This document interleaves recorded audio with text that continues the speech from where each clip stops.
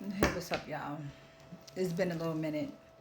I've been crazy busy, like crazy busy. Like I don't be going to sleep till like midnight, 1, 2 o'clock in the morning. Some days it just be me BSing, but some days like that I really don't get a chance to like wind down till like 11 o'clock, 10, 11 o'clock at night. Anyway, so last time I was up here, I was basically telling you guys to pay attention to your children and the signs for any type of essays or molestation or whatever the case may be. But I want to get up here to bring awareness to ACEs because ACEs is a real thing. That's I think like 98% of the world has ACEs trauma or have is dealing with ACEs trauma or just try to like black it out for her honestly because I feel like that's what I did. I hid and held in a lot of my trauma. I remember growing up, I was raised by a single mother. Although I had some phenomenal male figures in my life, my biological dad was not there. He got locked up when I was 18 months, I believe it was, and didn't come home until after I had my first child. So yeah, he basically missed my whole life. But he kept up with letters. I didn't do no jail visits, which was surprising. That's probably why I was such a ride or die when I dealt with my significant others in my past. Like I made sure that I did those jail visits, and I think it's because I um, missed out on those jail visits when I was a younger. I never ever went on a jail visit to see my dad ever in life. I don't know the reasons why. I don't know if like my mother didn't have it or she wasn't willing to take off work. I have siblings. I'm the oldest, so I don't know what it was. And then Shalon, she like low key ran unconscious orphanage. Like everybody lived in our house.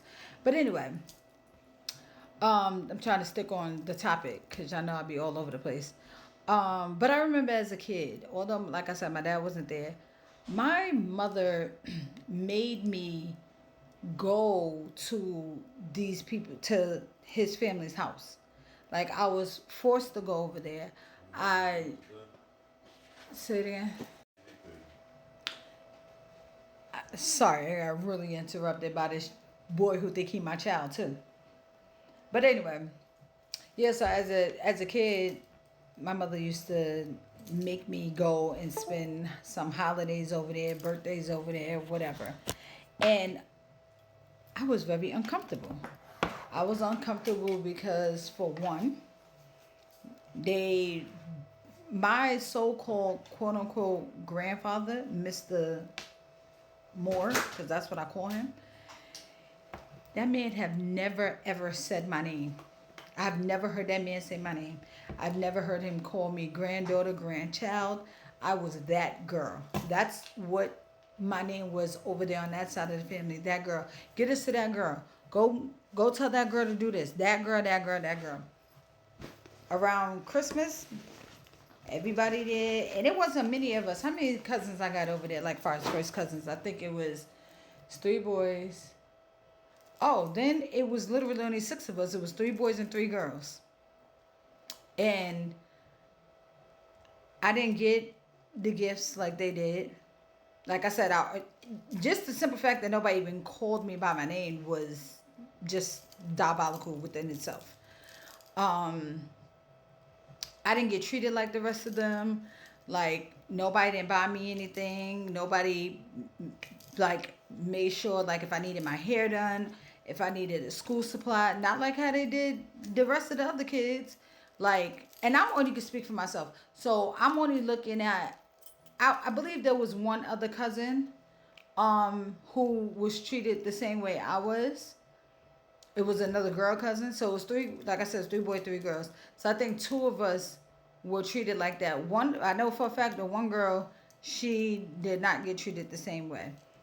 Um, So yeah, like I said, like, and I remember like expressing this to my mother. Like I used to always tell my mom, like, I don't want to go over there. Why you don't want to go over there? That's family. She's one thing I will say. She was and still is, but she back then she was very 100% into being family oriented, even though she wasn't even around half the time. But she was a workaholic. But family was always top notch, top of the belt. So yeah, she used to always tell me, go over there, killing with kindness, um, things to work out, things to get better, as time goes on. It never got better. It actually got worse. It actually got worse because then I grew up and I learned how to not hold back how I felt. If my face expression don't tell it, because that's gonna tell it all. My mouth is gonna tell it. And one thing that I learned over the years is to not bite my tongue. That's one thing I would never ever do anymore.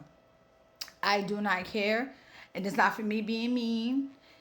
It's not me being immature or whatever the case may be. I do not care if it hurts your feelings. I'm going to tell you the raw dog truth, and that's just that.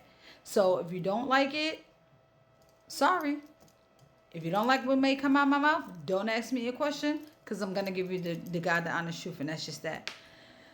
So I say that to say this, like if your child is telling you that they don't like being somewhere because they're uncomfortable, if they are, let's just say, if every weekend they go to grandma's house or auntie's house or uncle's house or cousin's house or whatever, and then one weekend they were hesitant or they was like, oh, I want to go hang out with a friend or something. Like, speak to your child, figure out the reason why they're like that, and don't just disregard what they're telling you.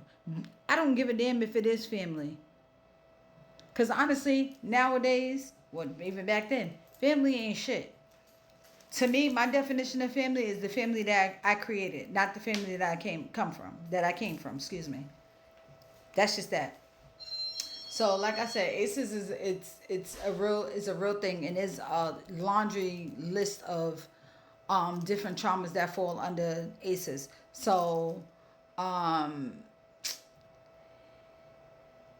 I don't know how we as a whole can, I don't think it can ever be fixed because it really, like, I feel like that there's trauma in every type of household.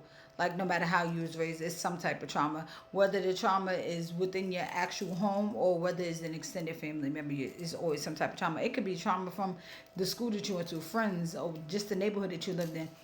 So I don't think that we could actually fix it, but we can eliminate or bring the percentages down a little bit if you just be mindful of what's going on around you. I know some things are out of our control. Like if you live somewhere, you could just live in a big ass house with a picket fence and all of that, but the family, the house next door to you, even though y'all got many mansions, is a fucking white collar criminal.